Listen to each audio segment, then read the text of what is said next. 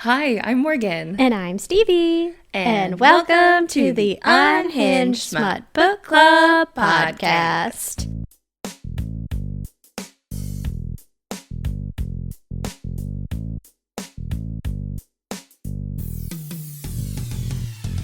This is fanfic VeggieTales erotica. There is sword crossing involved.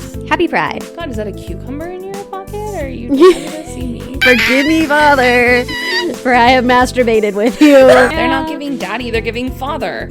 I want my DP the way my grandma did DP, okay?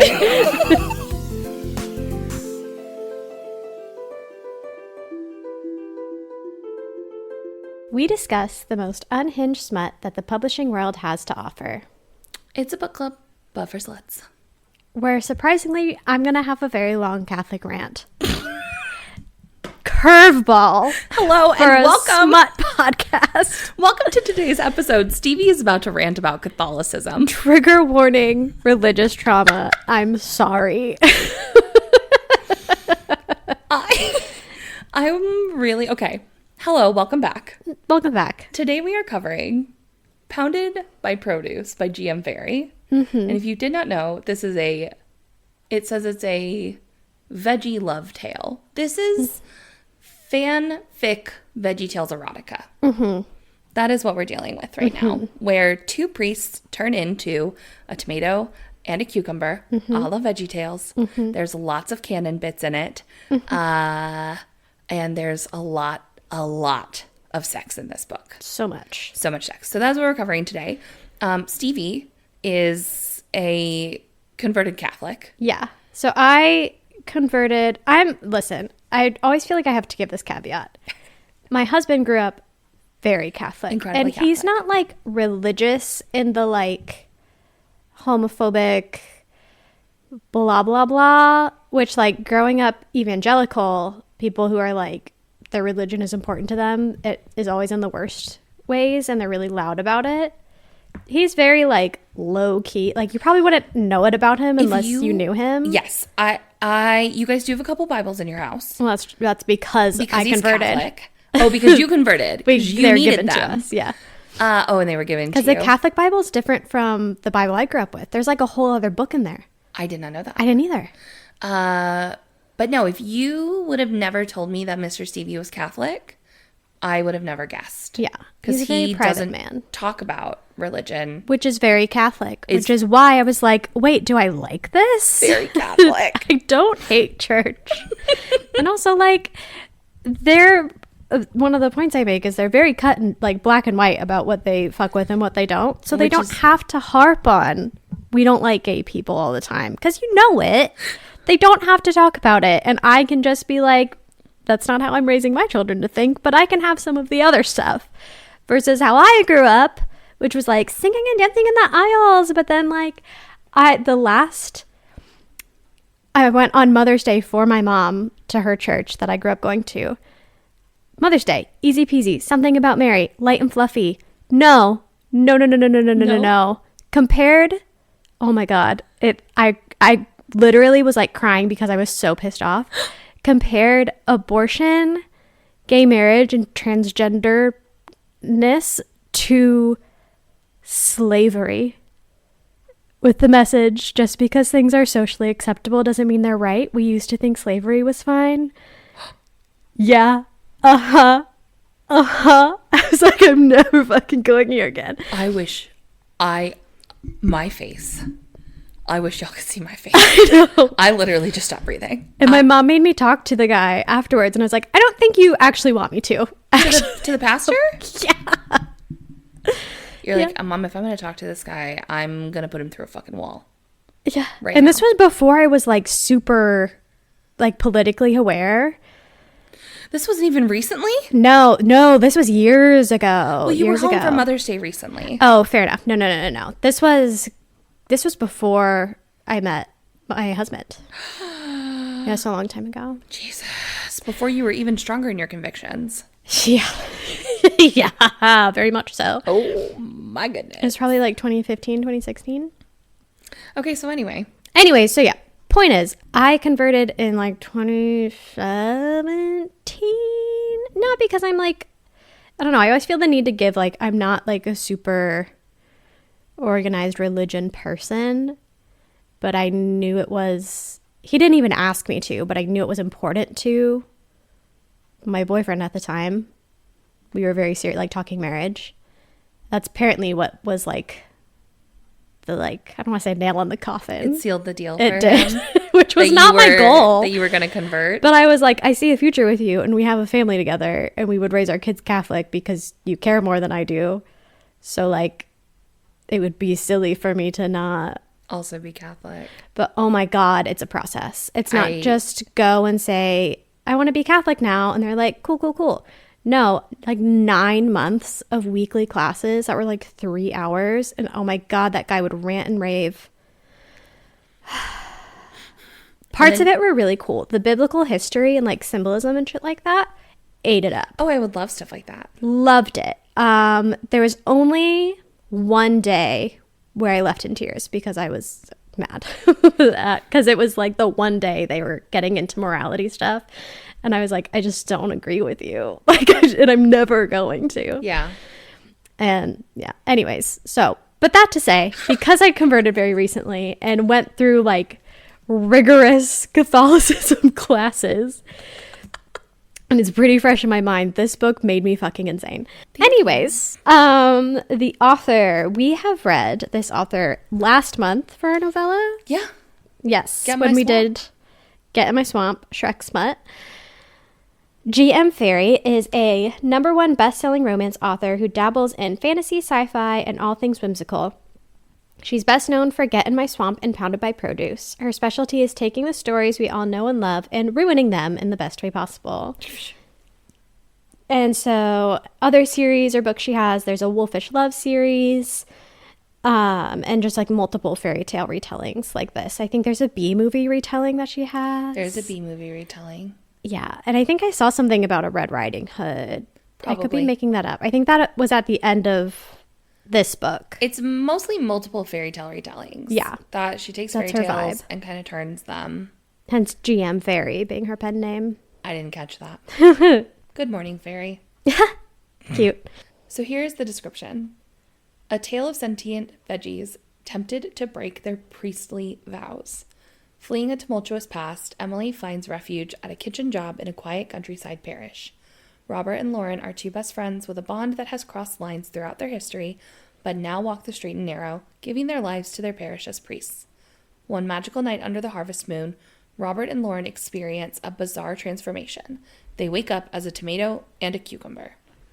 Emily brings these ripe and juicy vegetables into the kitchen, but instead of preparing a meal, she uses them for other, more carnal needs. Emily awakens something inside these priests, who switch back and forth between their human and vegetable forms. The three find themselves in a steamy entanglement, unable to deny their primal desires. Will they fight their urges or break their vows and alter the course of their lives forever? From the best-selling author of Get in My Swamp comes a veggie love story filled with angst and lust. How do we hear about this, Stevie?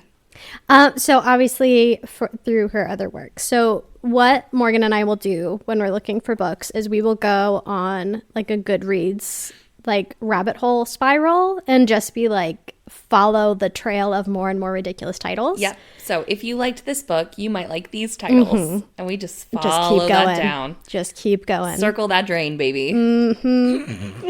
And works every time. Every time. Led us to Pounded by Produce. And some other things. And many other things. Some regrettable. Some surprisingly lovely. I'm so excited for November's. Because it's called Stuffed. And the mailman character's name is Raccoon. And he's magic. And he just wants to go to Thanksgiving dinner with this woman. And so we got a lot of weird things coming. And I'm so excited. Anyway, yeah, so that's how we found it. Yeah. And then I think I did see it on TikTok a couple times of like Veggie Tales smut. And I was like, the fuck is this? And I did, yeah. I think on GM Fairy's TikTok or her social, she has made some insane looking TikToks advertisements with just Larry the Cucumber in the background. Oh, I had to read it.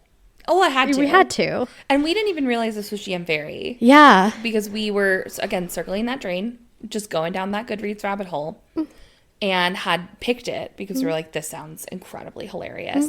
And then as we were going back through and doing some scheduling, we had realized it was by the same author, like 1 month right after another. I know her. Oh, hey. John Adams.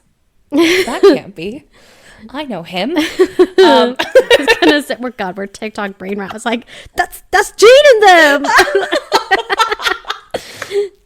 God. All right, let me hit these tropes and trigger warnings, Which are kind of the same, depending on your vibe. Yep. So trigger warnings. These are found on GM Fairy's website. They are not in the book. So it says this may contain themes that are not applicable to everyone. Please check my website for trigger warnings, content warnings, etc. So Pounded by Produce is about two priests who transform into sentient vegetables. While fun, this erotic, sexually explicit story includes elements that might not be suitable to some readers.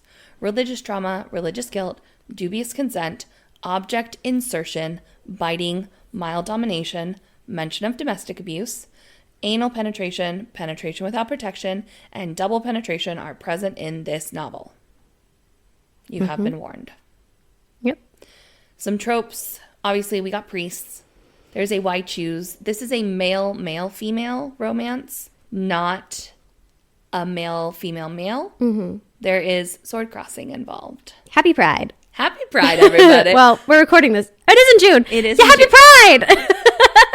That is something, as two big ol' queers, the fact that we weren't like, June should be Pride Month. We weren't even thinking about that. Didn't even think about it. But it works. It's fine. We got it in there on accident. Yeah, we did. All right, keep going. There is forbidden love. There is fated romance, forced proximity, a magical curse, sentient objects. I think that's it. I think so. Yeah, checks the boxes. A bit of a third act breakup. Yeah. Ish. I feel like that's the forbidden romance of it all. No, I can't. You know? Yeah, absolutely. Yeah, I mustn't. So this is your spoiler alert. We're going to go over a storyline recap really quickly. Although the back of the book the summary really does cover a lot of it. Pretty much sums it up. Yeah. Yep. So our homegirl Emily is fresh out of a domestic abuse situation. Shitty boyfriend. She's so happy to be gone. She doesn't really have any friends anymore or family. They all got alienated when she was dating this guy. And he didn't let her have a job or and he controlled the finances, obviously. So she's really desperate for employment and has no employment history and no fucking money. So she sees an ad for a live-in cook for a parish that's out in the country. And she's like, I like to cook. Let's do this. Gets hired over the phone, heads out there. She's like, this is so beautiful. Because out in the middle of nowhere, she gets dropped off by the bus and then has to walk 3 miles. Which is insane with suitcases. No, thank you. No. So she gets there. She's introduced to Gail, who is, I would call her the house mother, but that is probably not the proper term. There is a word for it, and I can't think of it. I'm not a very good Catholic, but Gail, runs, does the admin things for the church. There we go. Gail's the admin lady. So Gail shows her around. There's a beautiful garden with all types of produce. She shows Emily the kitchen. She shows Emily her room. She introduces her very briefly to the priests, Laurent and Robert, who are hot. Hot, of course. Naturally. They're hot. Because so many priests are hot. Yeah. That was one of my first problem. I was like, you can tell me that these people are hot and describe them as hot over and over and over again, but I'm only picturing the old guy that I see on Sundays. And new Pope Leo, right? Yeah, just your uncle. No. But okay, I'll take your word for it, Emily. They're hot. They're hot. Moving right along. So Emily feels some type of attraction to them. I'm not super familiar with VeggieTales. This is also a multiple POV book. So you have a POV from Emily and from Robert and from Laurent. Robert is this grumpy skills. Well, very serious. Stern. Stern. Yeah, not grumpy. He takes his faith seriously. He didn't grow up well. And so, like, becoming a priest was his way out. Yes. And so it's higher stakes for him. Yes. And I think he is a believer. Yeah, for in sure. the Lord. Yeah. He does believe in being a priest. Whereas Laurent grew up rich in France. Yeah. Well, he grew up in America, but he is from France. Or vice versa. I think it's vice versa. His name's Laurent. Whatever. He has long flowing blonde hair. Yeah. He's very happy-go-lucky, silly boy. How the fuck he got into priesthood, I don't know. He just seemed to stumble into seminary school and was like, I guess I live here now. Does kind of go over it that he was kind of feeling lost and he wanted to try something different. And so he stumbled into seminary school and like met Robert and kind of fell in love with Robert and was like, well, I'm going to keep doing this just so I can be close to you. Yeah. So there is unrequited feelings there. Unspoken, but very much requited. Okay, fair enough. Fair enough. And I'm not super familiar with VeggieTales, but Robert becomes the tomato and Laurent becomes the cucumber. And I did highlight, like, he's asking about where his hairbrush is. Yeah. Oh, where's my hairbrush? It's Bob the tomato and Larry the cucumber. Thank you. You're welcome. Because again, who is Emily? Is Emily a VeggieTales character? I don't know, but there's a reference to I wonder if he'll turn into an asparagus. Like there's an asparagus character. Yes. Yeah, I mean, I haven't watched VeggieTales since forever ago, obviously. So I never watched VeggieTales. I'm not surprised. Again, didn't grow up religious at all. Yeah. So to me, I highlighted a bunch of things, and I was like, is this canon? This feels canon. The Water Buffalo song? So, okay, Canon. I think I did highlight that. There were so many things where I was like, this feels too niche. I knew the hairbrush was canon. Yeah. Anyway. So you're introduced to Laurent and Robert in their POVs, and you can tell that there is something going on between them. They do not speak about it. It is unspoken. They meet Emily. They both, in their POVs, instantly attracted to Emily and want to do more with her. Because they're not regular priests. They're cool priests. They're cool priests. They cuss and masturbate. They say fuck. Okay. They say asshole. Funny. They're like, it's just a word, Emily. Calm down. Anyway, one day after their Sunday sermon, their Sunday mass, the building clears out. They start joking around, hee-hee-ha-haing. And this old woman walks up to them and is like, under the harvest moon, you're going to transform. Yeah, literally. And then poof, she's gone. Yeah, she and they're like, disappears. That's weird. She must have been off her meds. Who the fuck is that woman? Neither of them recognize her. And then wouldn't you know, that night, they're out in the fields.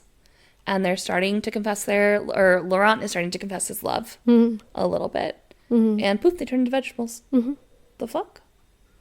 Next morning, Emily is out harvesting to make food for the day. And she sees this one tomato and this one cucumber on the ground. Like, is it just me? Or does that tomato and cucumber look really fuckable? I think. Is this cucumber and this tomato trying to fuck me? They're making eyes at me and they don't even have eyes. Oh my god, is that a cucumber in your pocket or are you trying to see me? Also, Emily has had a sex dream about the priests having a cucumber schlong and Laurent having a cucumber dick. Yeah. So she is, again, like sexually charged energy. Already on her mind. She's prepping, goes to cut them, decides not to cut them. Thank God. Looks at them and is like, the fuck am I going to do with you guys? I know. Let's go masturbate. Which, cucumber makes sense. Tomato? Using a tomato to like rub your clit, that doesn't make a lot of sense to me. That was a bit of a stretch, Miss Fairy. Yeah. It's firm. It can be. But also smooth. I only have my anatomy to compare to. Yeah, and like I think the cucumber would get in the way because of the shape of the tomato. How big is the tomato? Fair enough. I mean, it's a man tomato, so I'd imagine it's large. It's like a beefsteak tomato. Yeah. Because he's a beefcake priest. Oh, no. Boom. Anyway, Emily masturbates with these vegetables. They pop on her and squirt their vegetable seed juices on her. She cleans up, falls asleep, wakes up. The two priests are at the foot of her bed asleep. I do appreciate in that moment, though, she's like, I'm going to have to clean this up, and I'm absolutely going to have to find a pharmacy because there's no way I'm not getting a yeast infection. I'm like, I have that thought so many times because in like books like this, they just play fast and loose with BV. Like they really do. And no one talks about it. So I appreciate Miss G being like, yeah, objectively, this is going to cause problems. This will have consequences. Yeah. I think that is a criticism of a lot of people who read like fantasy books of like... Everyone's so unshowered. Everyone is so unshowered. And some authors are like, we're not going to mention the nitty gritty of every single thing, but I do appreciate it when you throw some reality in there for me of like, I have been riding a horse for 3 weeks and I need to shower. Emily wakes up, the two priests are sitting on her bed. And she's like, the fuck are you doing in here? And Laurent's like, I had the craziest dream. I was a cucumber. You were a tomato. I'm not going to say what the rest of the shit was. But man, what a dream. And then Robert, stone serious. I had the exact same dream that I was a tomato and you were a cucumber. What happened in the rest of your dream? And then Emily's like, crazy, because I just fucked a tomato and a cucumber. Forgive me, Father, for I have masturbated with you without your permission. That's going in the clips. My bad. Oh my god. So from here, it starts to turn into this like, everybody has feelings. Everybody's super fucking horny.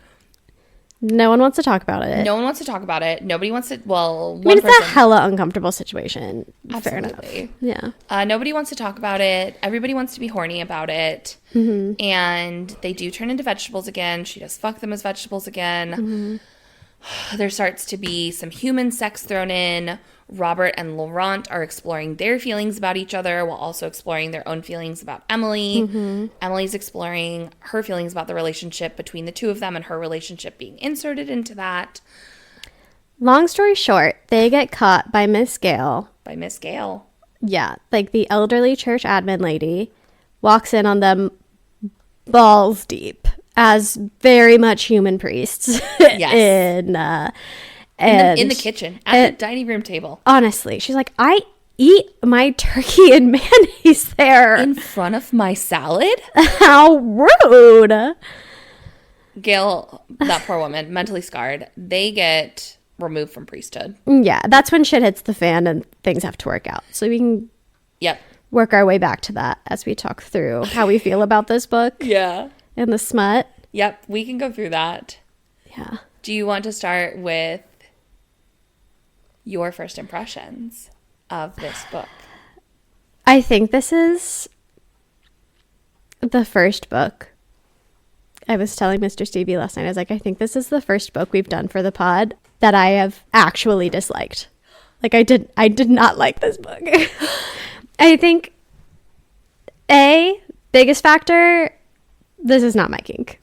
But I've never read a priest book before because it's like, maybe let's dip my toes in there. Oh, okay. So the priest part wasn't. Yeah, it's just not for me. And the whole plot is centered around that. So it's just like, not to yuck anyone's yum, but it was icky for me personally, from my not lived experience, from my like internal imagination experience.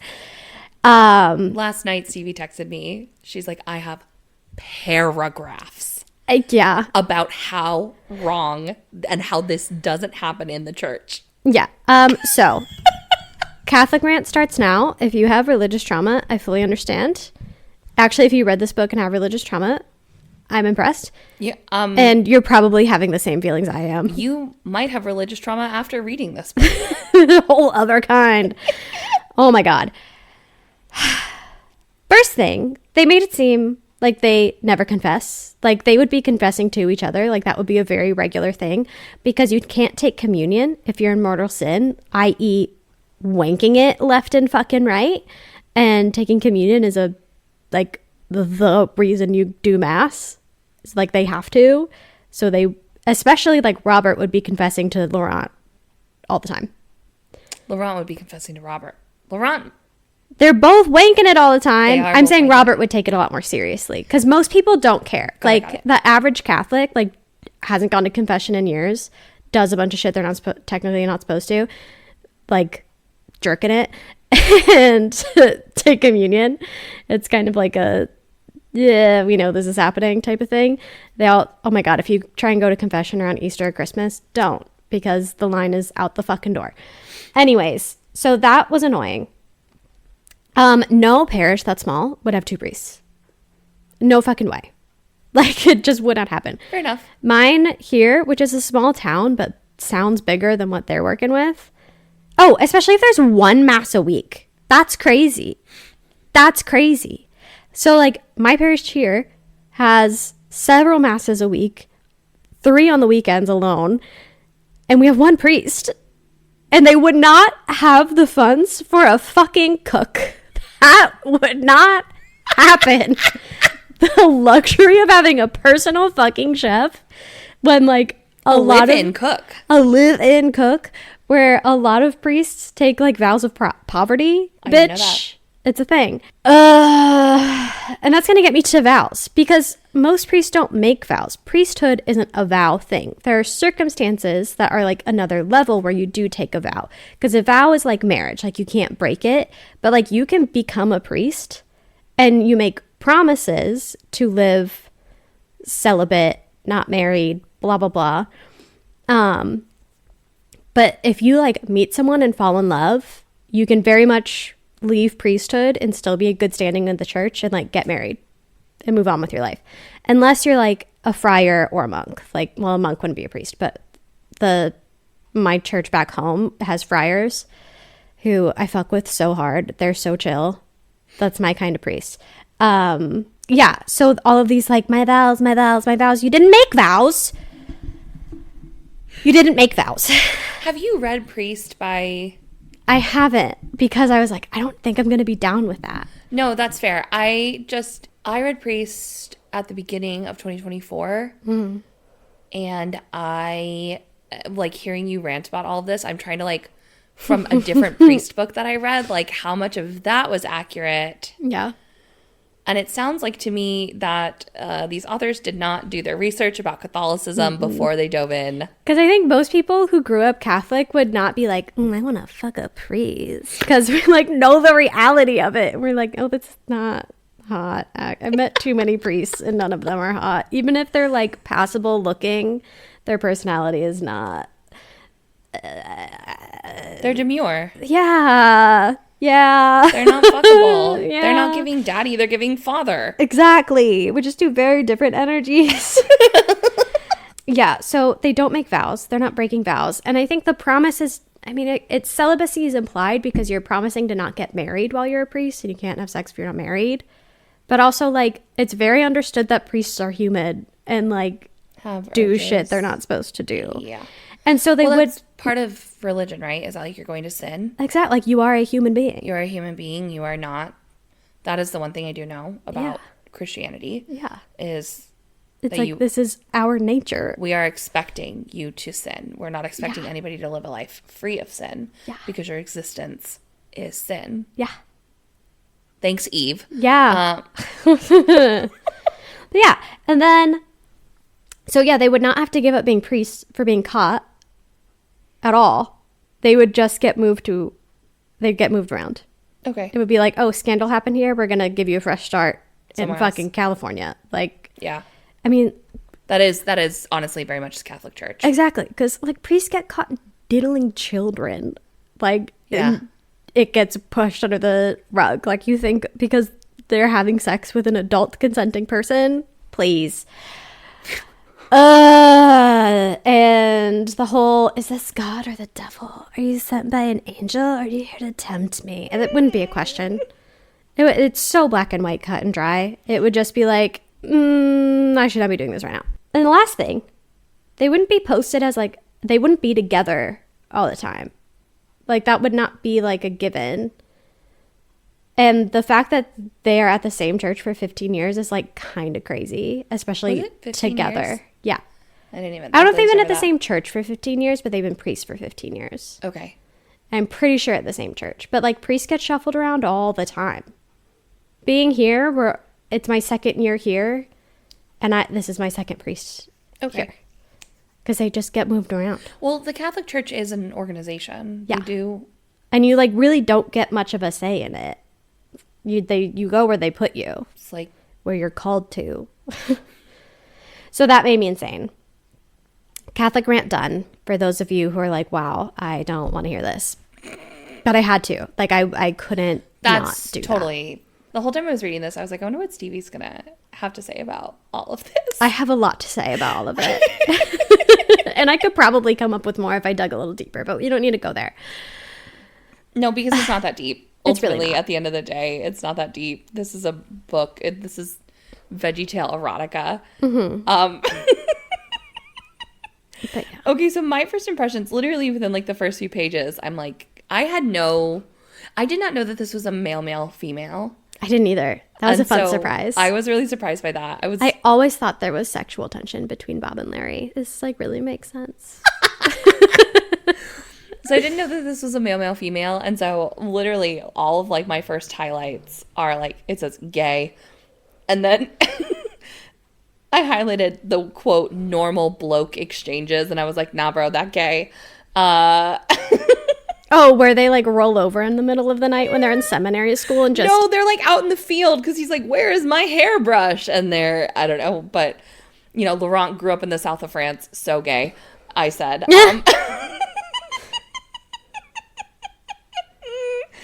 And then they do talk about like, you know, in the middle of the night jerking it to each other. Yeah, like in their making separate eye beds contact. in seminary. And I was like, gay, this shit's fucking gay.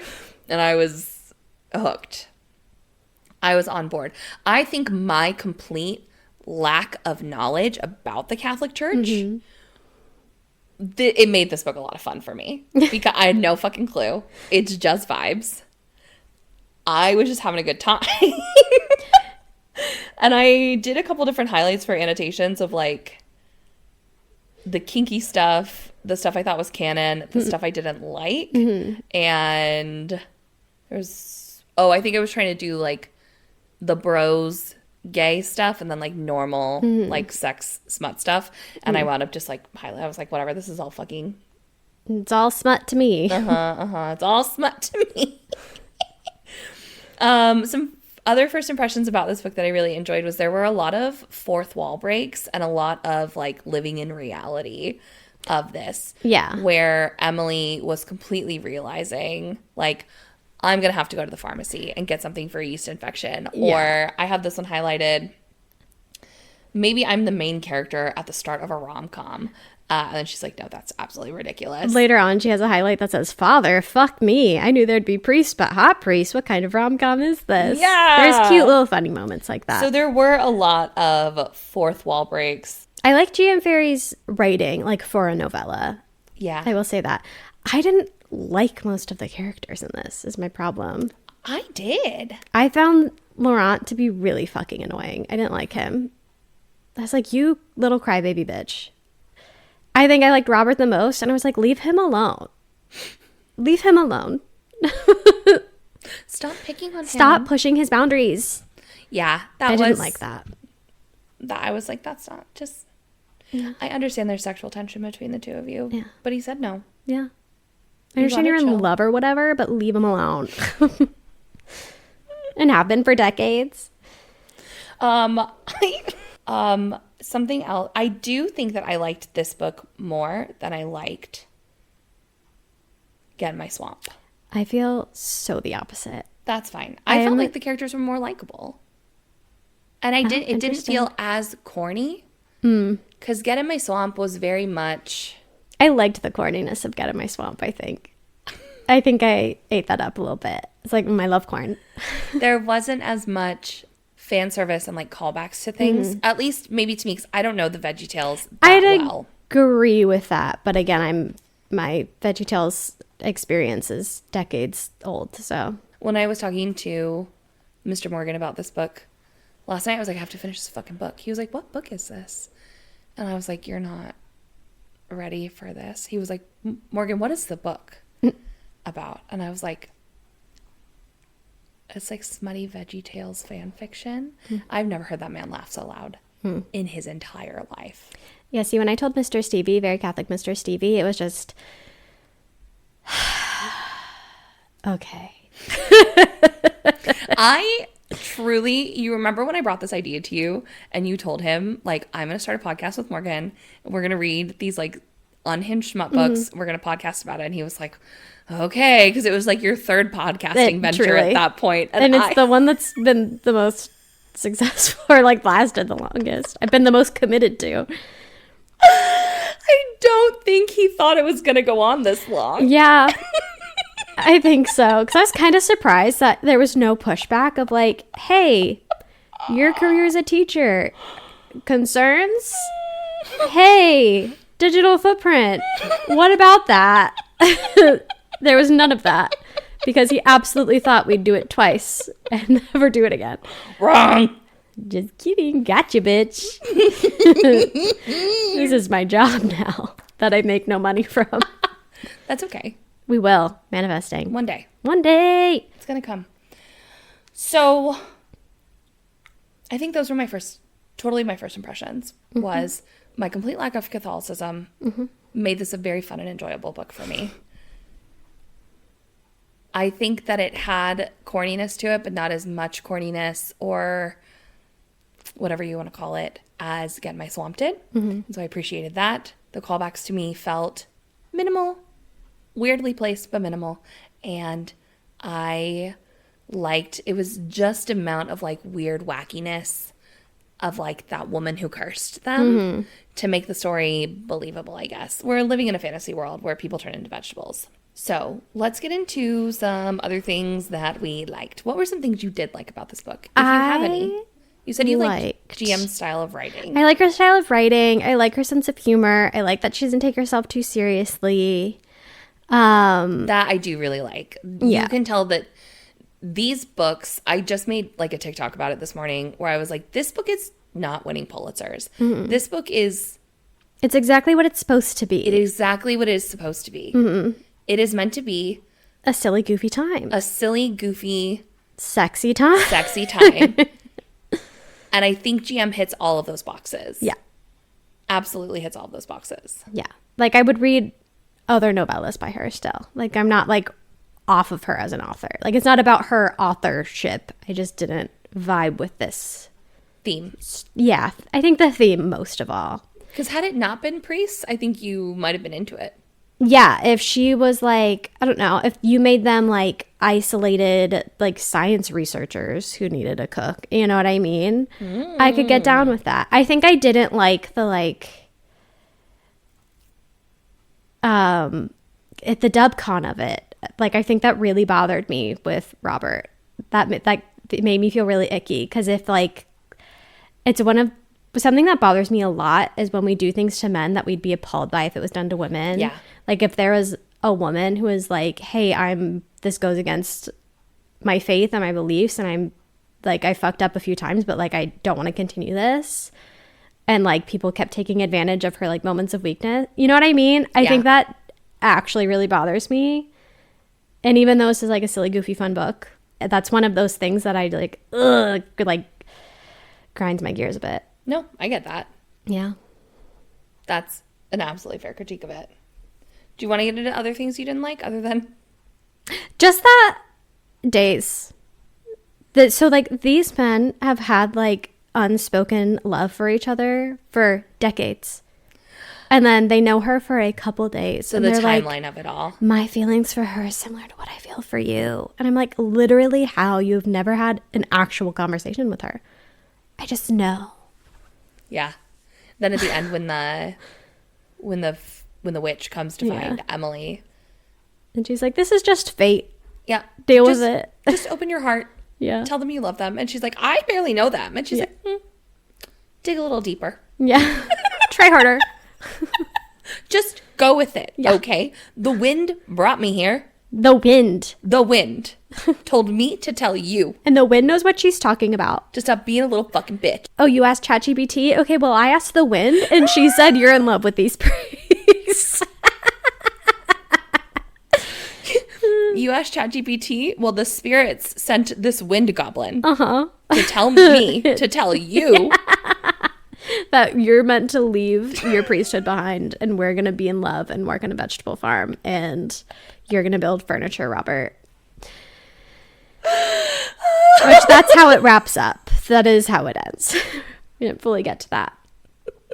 And also, things I liked. The smut was good. We were going to get to the smut. There's a couple things, like when they were vegetables, I was like, be so fucking for real right now. Like, what's happening? The, like, bursting their seed onto her. I was like, we didn't have to do that, actually. Can we? Other than that, great smut. Too many times, I had to write down the words, too far, never say that again, and what the fuck did I just read?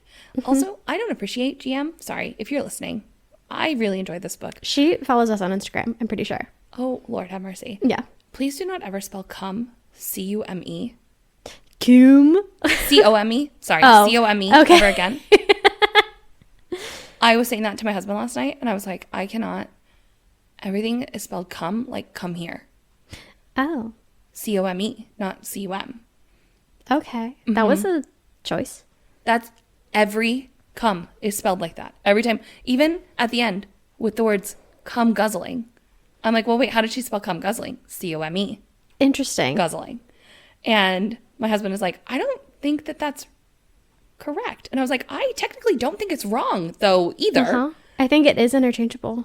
I think it is interchangeable. But I think, forgive me, biblically, cum should be spelled C-U-M. If we're going to get down to the nitty gritty, if we're going to get down to the lore. God told me You asked ChatGPT? in a dream about a priest with a cucumber dick that it's actually spelled C-U-M. That bothered me so much, though. But so like C-O-M-E for spelling cum every time. I highlighted like a strange version of tomato cum. Yeah. No, thank you. That's upsetting. No, thank you. Can produce sin? That was... Honestly, what came first, the chicken or the egg? Can produce sin? These are the questions that haunt me. It was an apple, after all, which is fruit. Embodied sin. Yeah, okay. And then the tomato is technically a fruit. And therefore, by the transitive property, yes. Emily saying alone with the two sexiest vegetables in the world. And I said, stop, period, go to horny jail. Straight to jail. I could not. Straight to horny jail for you, Emily. Let me go back to my annotations. The phrase cucumber cock. I said, don't ever say that again. I give that one a pass. I think that's acceptable. I like the alliteration. Father Lawrence cucumber cock in my dream. Don't ever say that again. It's better than fucking not railed by the Easter Bunny. The other one, mating with mallows. The dance of the saccharine schlong. There was an alliteration at the end of this book, and I was like, no, we did not need that alliteration. I highlighted so much in this book, Stevie. Couple these facts with the weird cucumber dick dream from the other night, and I think I've discovered my oddly specific perversion. Emily, girl. I liked a random... There's a few, like, notes that I liked. Again, because she's, like, calling out what people would criticize. And my, like, oh, it's been days. And then Emily at one point says their love story seems poetic and tragic, like Achilles and Patroclus. Patroclus is how I've always heard it pronounced. Patroclus? Yeah, like Achilles and Patroclus, but adding me to the mix makes it seem like some corny smut novel. And I'm like, thank you. Because it is. It literally is. I came across it because I wrote, my e-reader is one that I can scribble in, so I can, like, annotate it. So I'm like, oh, what did I highlight? And then write it. And it's this passage from Robert. This passage, fuck off. When he is a tomato and he's being rubbed on Emily's breasts, and says, God, I used to love sucking on a woman's chest, flicking and biting until they were squirming under me. And I was like, call me.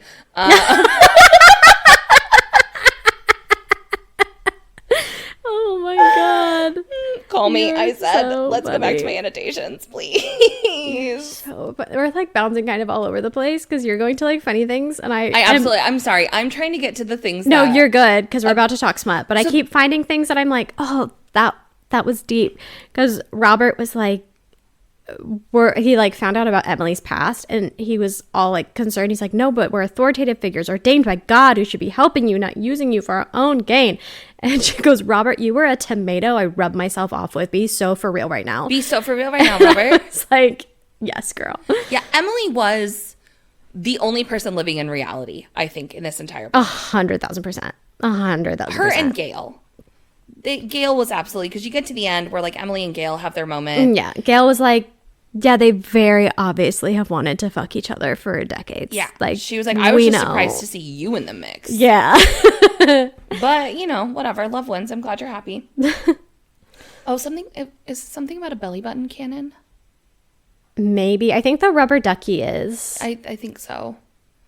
There's got to be a belly button thing. But most of all, I love your ... belly button. God, I love your belly button. That's got to be. I was like, that feels canon. Because I was like, what the fuck? Okay, here's the alliteration. Spurts synchronize. Are spurts synchronize? Okay, let's talk smut, because that last really scene, is what the bulk of this book is. I have beef with. The very last scene. Okay. It starts out as this. Here's how it looked on my book, right? You get to the end of that paragraph right there. Almost there, baby. You're doing so good. I whisper in her ear. She cries out, sweat dripping down her temple. We've planned for this, making sure she was ready for this moment, but nothing could prepare me for how glorious it would be on the brink of something brand new.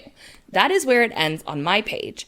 And I put it down, and I looked at my husband, and I said, this could go so many ways right now. And I'm thinking birth, because that is, to me, almost there, baby. You're doing so good. And Close. I'm like, there was no time jump here. They're doing something brand new in the fact that I've never seen it before. You've never seen it before? Morgan, I don't think it's traditional DP. I think they were both in her puss. They were.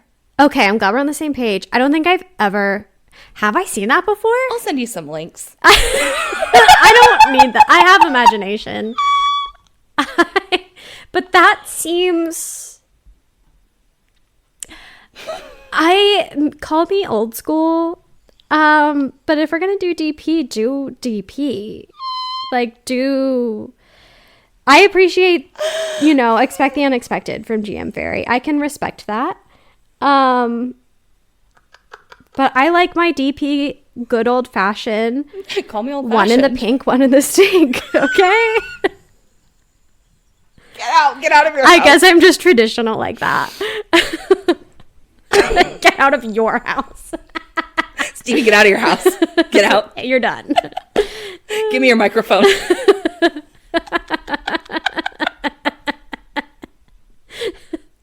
I want my DP the way my grandma did DP, okay?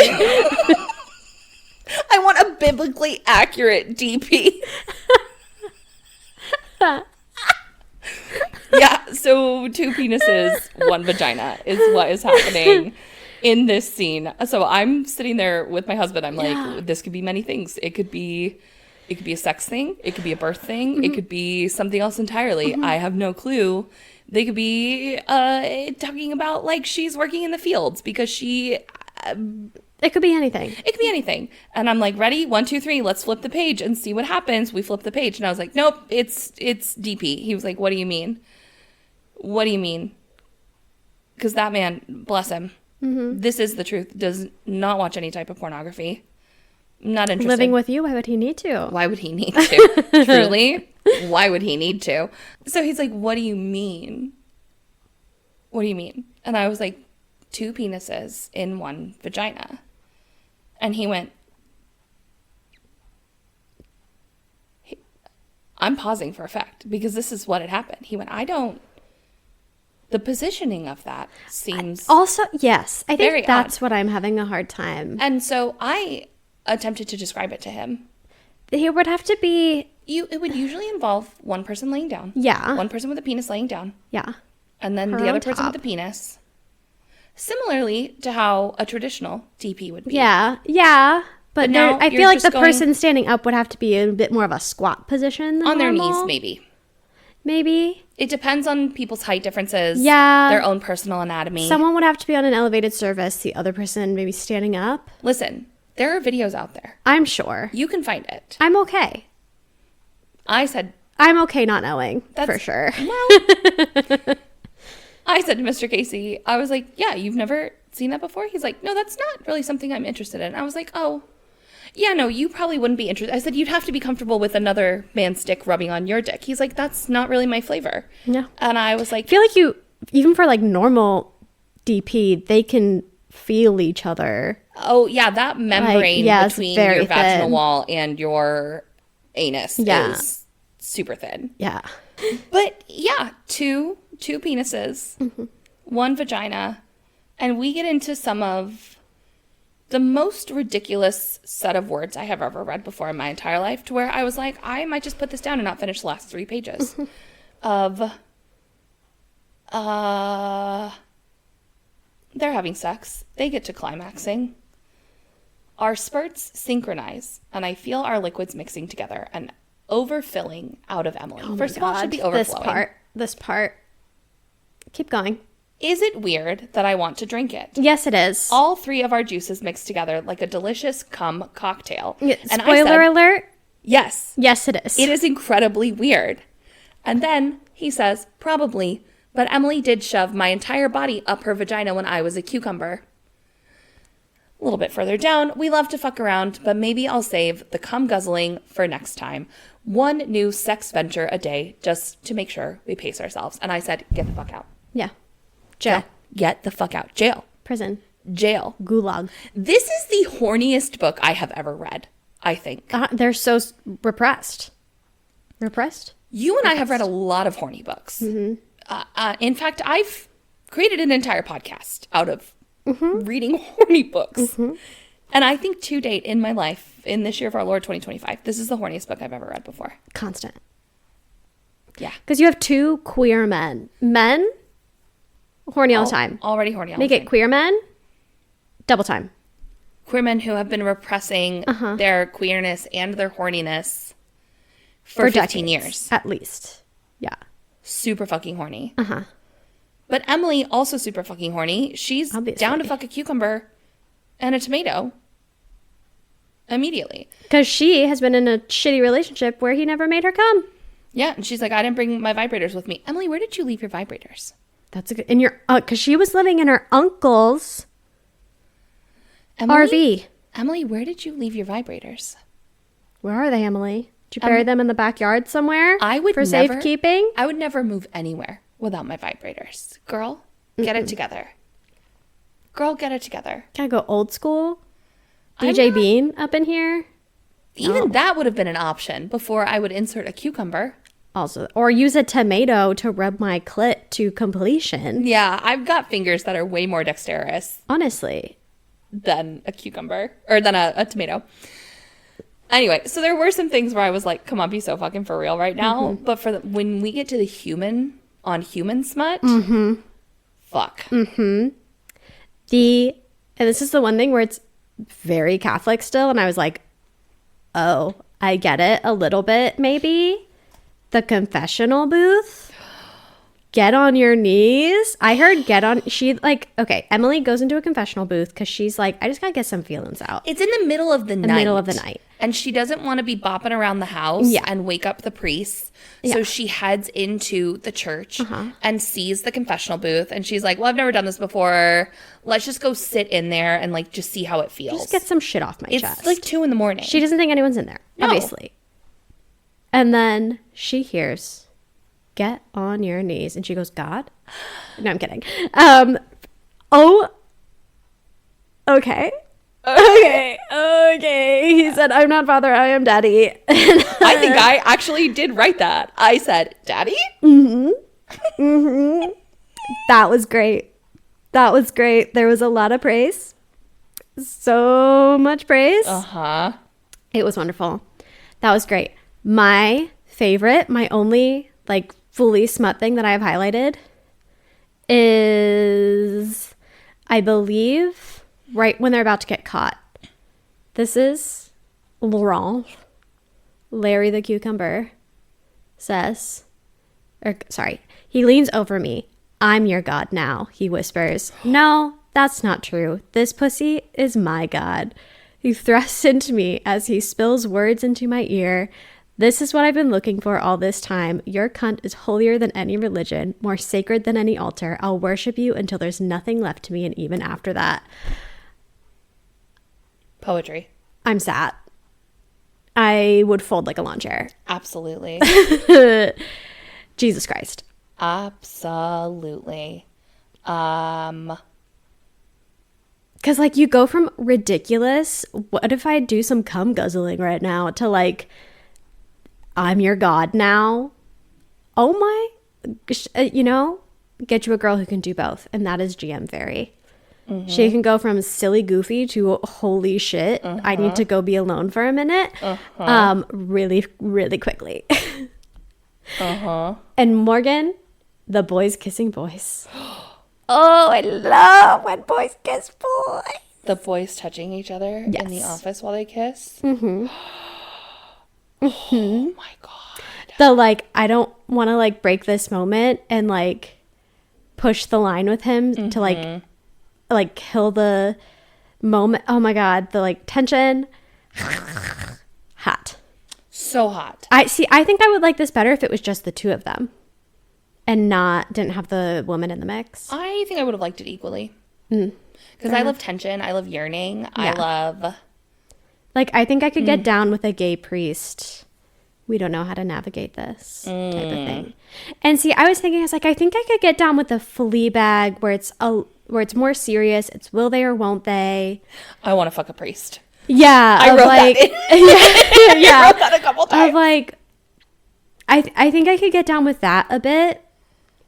Because then it's more focused on the, like, forbiddenness of it. Of, like, we would do this if this wasn't in the way. Mm-hmm. I don't know. This just wasn't it. I think there are priest things that could hit for me. This wasn't it. The confessional booth was it. The confessional booth, however, was in fact it. But that was the only priest part of it that I think did hit for you. Yeah. I think if you removed the priest part of it for you, you would have had a much better time. I think it was a combo of being, like, kind of dom-y and praise kink at the same time that I was just like, okay. I could see past a lot in those moments. So not only is there a lot of smut, like sex scenes, there's also a lot of dirty thoughts. Constant dirty thoughts. And I ate that shit up. Yeah. This is erotica. Do not be fooled. Yeah. We are going to call it smut. This is erotica. Yeah. It's like on page 4. Most novellas are going to be erotica. This is straight up erotica. Laurent the pages where they don't have a boner versus the ones they do, like, that ratio is the statistics on it astronomical. Lots of mentions of boners, lots of mentions of, like, I'm going through my highlights because I'm looking for something. I loved being in Robert's POV because Robert did have, like, the dominant part of it, and Robert. Now I can think about as Emily's naked body strung up at the front of the sanctuary, me on my knees worshiping her.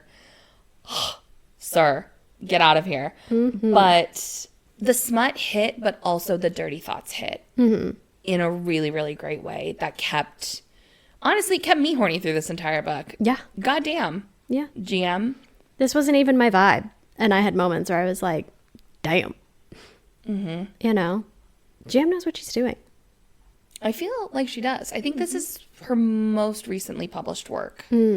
And while I've only read Get in My Swamp and Pounded by Produce, I noticed a difference in writing in Pounded by Produce.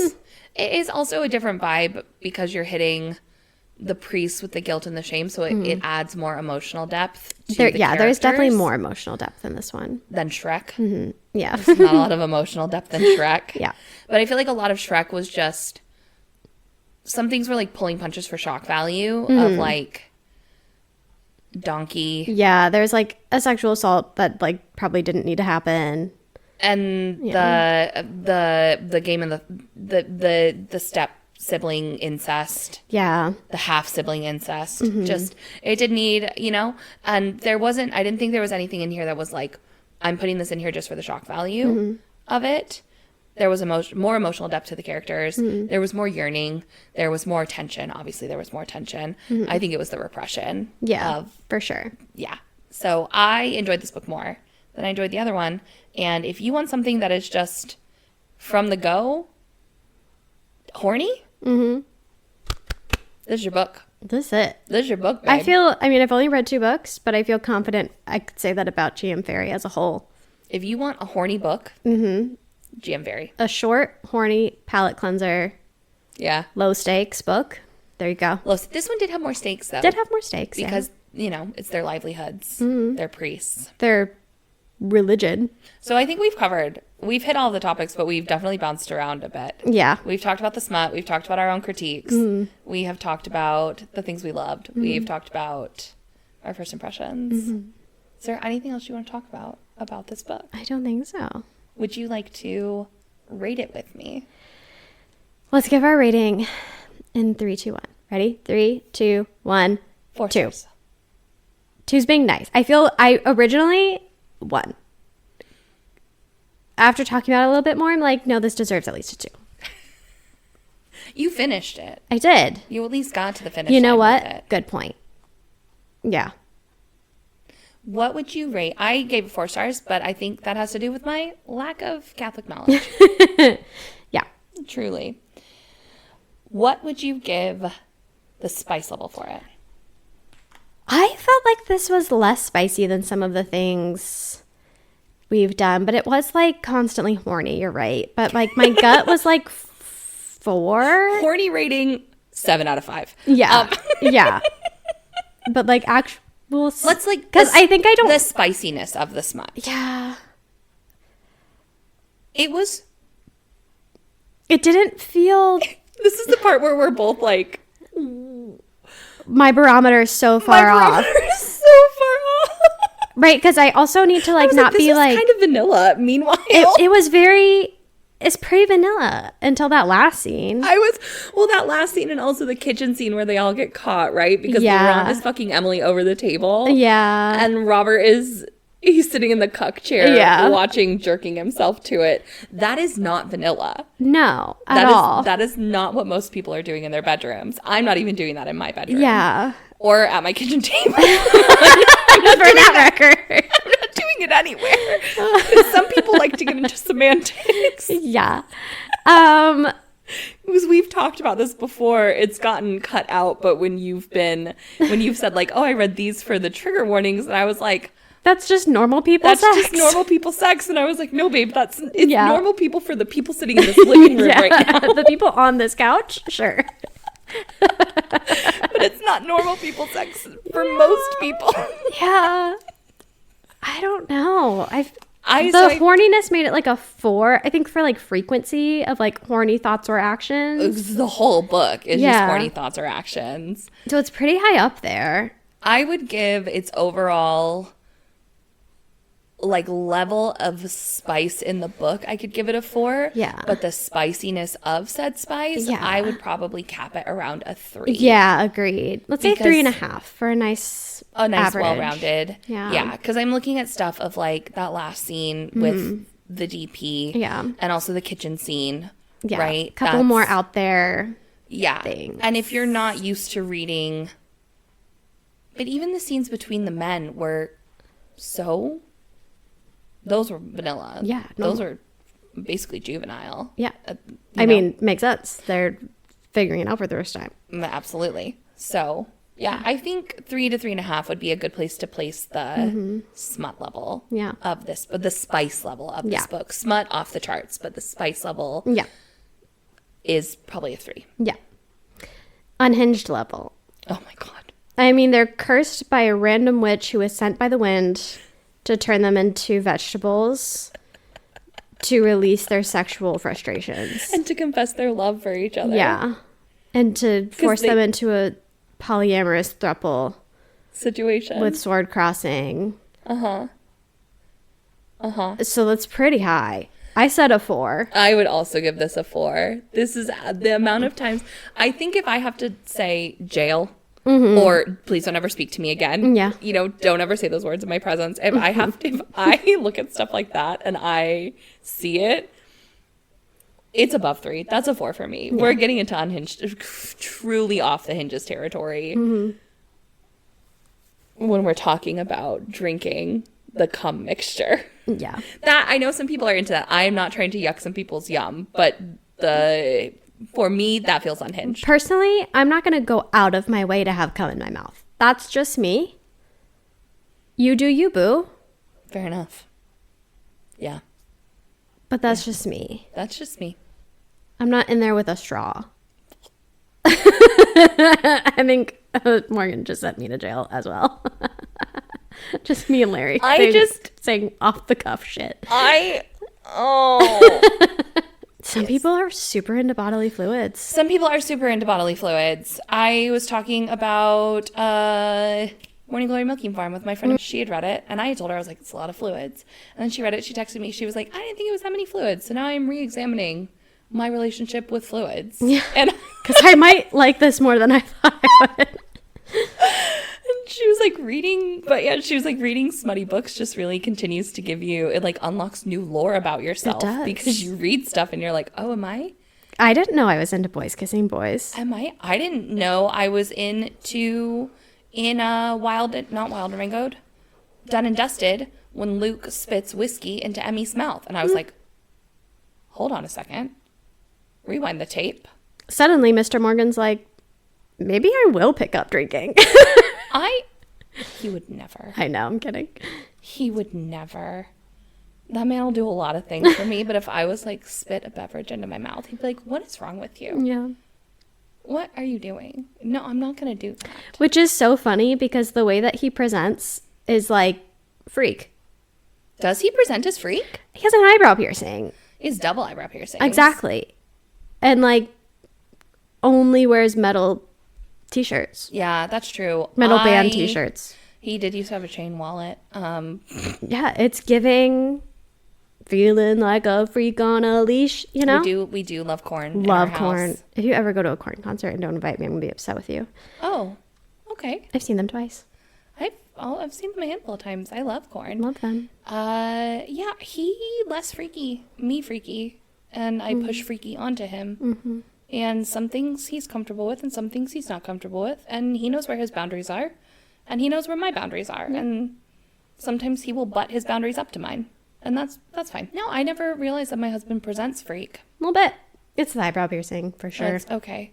Not a freak. But, again, I don't know how much of this is going to get cut out. But probably a bit. I always have to be like, hey, I'm pretty anonymous. But this does imply you, for anyone who does know who I am, do you want me to cut this out? And the answer is almost universally yes. Yeah. Which is hard when you're married and talking about sex and everyone knows most of the sex stuff I talk about is going to be related to him. Or I have to talk about exes, which is also uncomfortable. Not what you want to do. Exactly. Yeah. Unless I'm laughing at them, which does happen sometimes. That's very nice that you have that amount of respect for your husband because I'm just like, fuck it, we ball. Yeah. You know, Mr. Morgan knows who he married.